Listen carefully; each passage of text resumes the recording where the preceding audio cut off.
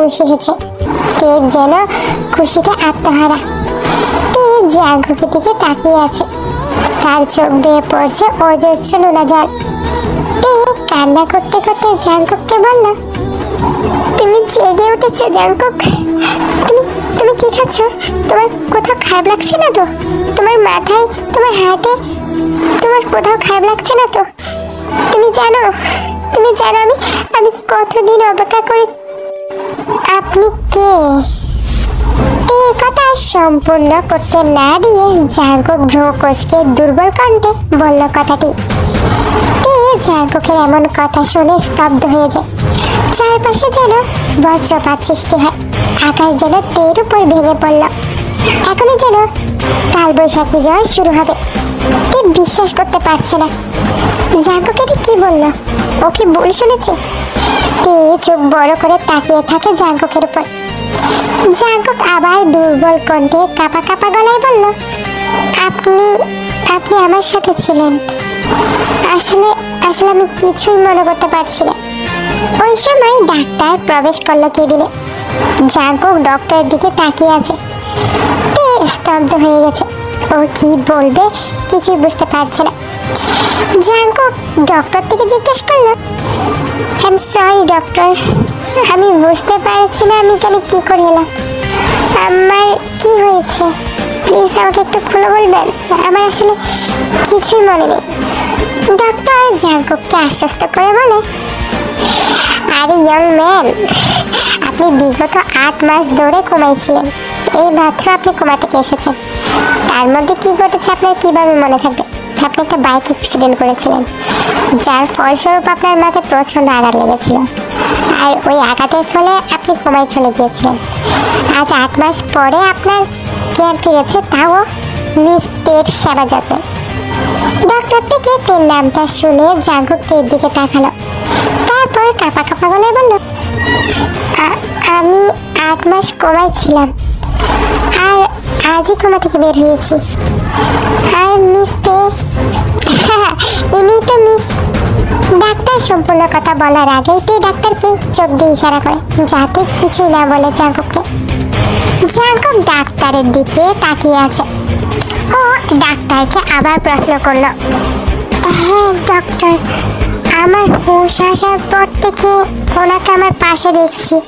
আর উনি যে বললো উনি আমার সাথে ছিল, থাকবে, আমি আসলে বুঝিনি কথাটা। আর উনি এভাবে কান্না করছে কেন? উনি তো আমার রিলেটিভ কেউ হয় না। ডক্টরের মাথায় যেন এখন আকাশ ভেঙে পড়লো। কি বলছে জাঙ্কুক? এতদিন যা ট্রিটমেন্ট করে এসেছে তার কি মেমোরি লস হয়ে গেছে? ডক্টর তাড়াহুড়ো করে জাঙ্কুক থেকে আবার প্রশ্ন করলো, মিস্টার জাঙ্কুক, আপনি কিছুই মনে করতে পারছেন না? আপনার নাম, আপনার ঠিকানা, আপনার বাবা বা অন্য কাউকে আপনি কি কিছুই মনে করতে পারছেন না? আমার নাম জিয়ান জাঙ্কুক। আমার বাবা যে হোক যে একজন মন্ত্রী। আমার মা আশা বেগম। আর এর বাইরে কি মনে থাকার কথা আমি তো কিছুই বুঝতে পারছি না। আমি এখানে কিভাবে আসলাম সেটাই তো আমার মনে নেই। চারপাশে যেন গোলাসা হয়ে গেছে। এই একটা বছর তের সঙ্গে জাঙ্কুকের পরিচয় জাঙ্কুক কি ভুলে গেছে? ডক্টর হতভম্ব হয়ে জাঙ্কুকের রিপোর্ট আবার চেক করছে।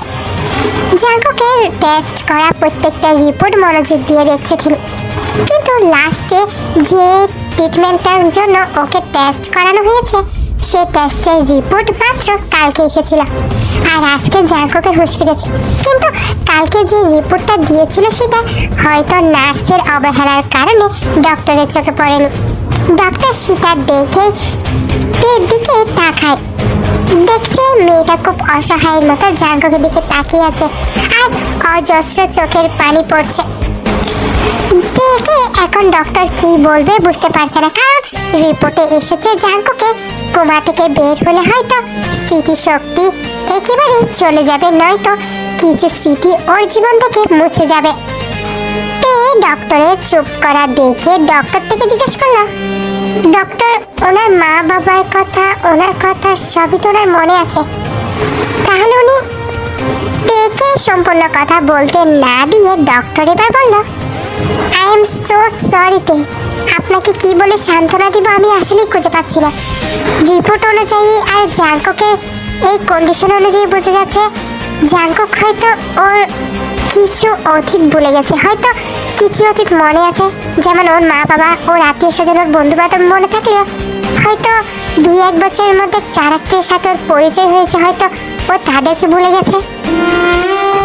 ডাক্তারের কথা শেষ হওয়া মাত্রই তের মনে হচ্ছে আকাশ যেন ভেঙে পড়বে, আজ কিয়ামত নেমে আসবে। চারপাশে ঘূর্ণিঝড় হচ্ছে, বাতাস বইছে প্রচুর, বজ্রপাত যেন অনেক বড় করে করে পড়ছে। তে কিছুই শুনতে পাচ্ছে না, ও শুধু এটাই শুনছে ডাক্তার বলেছে জাঙ্কুক 2-1 বছরের কথা ভুলে গেছে। এই 2-1 বছরের মধ্যে তো তের সাথে জাঙ্কুকের পরিচয় হয়েছিল, তার মানে কি জাঙ্কুক তেকে ভুলে গেছে?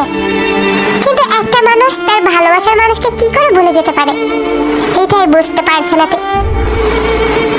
কাপা কাপা গলায় জাঙ্কুক থেকে আবার জিজ্ঞেস করলো, জাঙ্কুক আপনি কি আমাকে ভুলে গেছেন? আপনার কি আসলেই কিছু মনে নেই? জাঙ্কুক নিবু নিবু চোখে তের দিকে তাকালো, তেকে মাথা থেকে পা অব্দি পরিদর্শন করলো, কিন্তু জাঙ্কুকের হাবভাব দেখে বোঝা যাচ্ছে না জাঙ্কুক তেকে চিনতে পেরেছে। জাঙ্কুক কাপা কাপা গলায় তেকে বলল, আই এম সো সরি, আসলে আমি আপনাকে চিনতে পারছি না। প্লিজ কাইন্ডলি আপনি আমাকে বলবেন আপনি কে? আমি বুঝতে পারছি না। আসলে আমি যখনই মনে করার চেষ্টা করছি আমার মাথায় প্রচন্ড। প্লিজ আপনি প্রেশার নেবেন না, মনে করতে হবে না আমাকে, মনে করতে হবে না আপনার। আপনি রিল্যাক্স হন, শান্ত হন। জাঙ্কুকের অবস্থা দেখে ডক্টর নার্সদের তাড়াতাড়ি ইঞ্জেকশন আনতে বলে। জাঙ্কুকের মাত্র হুঁশ ফিরেছে। এই সময় হুঁশে আসার পরে জাঙ্কুকের কমপক্ষে 2 কি 3 ঘন্টা ঘুমিয়ে থাকা দরকার, না হলে জাঙ্কুকের যে স্মৃতিগুলো জাঙ্কুক মনে করতে পারছে না ওই স্মৃতিগুলো মনে করার বারবার চেষ্টা করবে। জাঙ্কুক নার্সদের বলে ওকে ইঞ্জেকশন পোস্ট করার পরই জাঙ্কুক ঘুমের ঘোরে হারিয়ে যায়। ডক্টর তের দিকে তাকিয়ে দেখে বলে, মিস তে I am so sorry but আমার কিছুই করার নেই। আমি বুঝতে পারছি আপনার মনের ভিতর কি চলছে। হ্যাঁ, এখন আপনাকে সান্ত্বনা দেওয়ার মতো কোনো ভাষা আমার নেই, তারপর আমার বলতে হচ্ছে প্লিজ মিস তে, এই 2-1 বছরের মধ্যে জাঙ্কুকের সাথে কি হয়েছে না হয়েছে প্লিজ ওকে মনে করে দেওয়ার একদমই চেষ্টা করবেন না। রিসেন্টলি ও মাত্র কোমা থেকে ফিরেছে, আর ওর মাথায় অনেক বড় একটা সার্জারি হয়েছে। এই 2টা কারণে ও অনেক প্রেশারের মধ্যে আছে। এখন যদি ওকে পুরনো কথা মনে করে দেওয়ার চেষ্টা করি আর ওর মাথায় যদি যন্ত্রণা হয় তাহলে হয়তো ও আবার কোমায় চলে যেতে পারে, না হলে ব্রেন অ্যাটাক করে ফেলতে পারে। এখন আপনি ভেবে দেখুন আপনি কোনটা করবেন। আসি। ডক্টর কথাগুলো বলে কেবিন থেকে বেরিয়ে গেল। স্তব্ধ হয়ে গেছে, যেন ও জীবন্ত একটা লাশ। চারপাশে কেমন জানি ওর শূন্য লাগছে, বুকের ভিতর হাহা করছে। কোনোভাবেই মানতে পারছে না জাঙ্কুক ওকে বলে গেছে। যে ছেলেটাকে সামান্য রিজেক্ট করায়, যার রাগের ফল সে এত মাস ধরে কোমায় ছিল, সে ছেলে কোমা থেকে ফেরার পর সেই মানুষটাকেই চিনতে পারছে না যে মানুষটার জন্য সে 8 মাস ধরে কোমায় ছিল। জাঙ্কুকের হাত ধরে কান্না করতে করতে আবার বলে, কেন জাঙ্কুক, কেন তুমি কেন এত বড় শাস্তি দিচ্ছ আমাকে? তুমি চাইলে আমাকে অস্বীকার করতে পারতে, আমাকে কষ্ট দিতে পারতে, আমাকে দূরে ঠেলে দিতে পারতে, তবে আমাকে ভুলে গেছো। এতদিন ধরে তুমি কোথায় ছিলে জাঙ্কুক? এই এতদিন ধরে যতটা কষ্ট পেয়েছি, আজকে তুমি আমাকে চিনতে না পারাই যে 10 গুণ কষ্ট আমি পেয়েছি জাঙ্কুক, 10 গুণ কষ্ট। অনেকক্ষণ জাঙ্কুকের হাত ধরে কান্না করে। ও কোনোভাবেই মানতে পারছে না যে মানুষটাকে ভালোবেসে সে এত দূরে এসেছে, সে মানুষটাই ওকে চিনতে পারছে না। চোখের পানি মুছে জাঙ্কুকের দিকে আবার তাকায়, এরপর আবার মনে মনে বলে, তুমি আমার পরীক্ষা নিচ্ছ না জাঙ্কুক?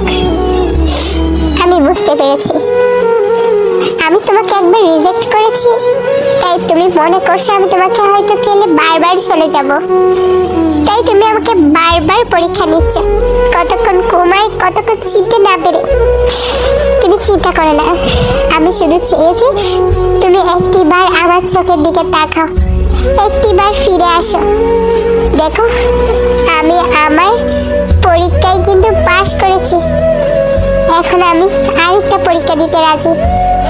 এখন তোমাকে আমি আমার ভালোবাসার জালে আবার ফেলবো, নতুন ভাবে ভালোবাসতে বাধ্য করব, যে ভালোবাসার গল্পে তুমি আর আমি একসাথে থাকবো। তুমি হয়ে উঠবে আমার রাজ্যের রাজা আর আমি তোমার রানী।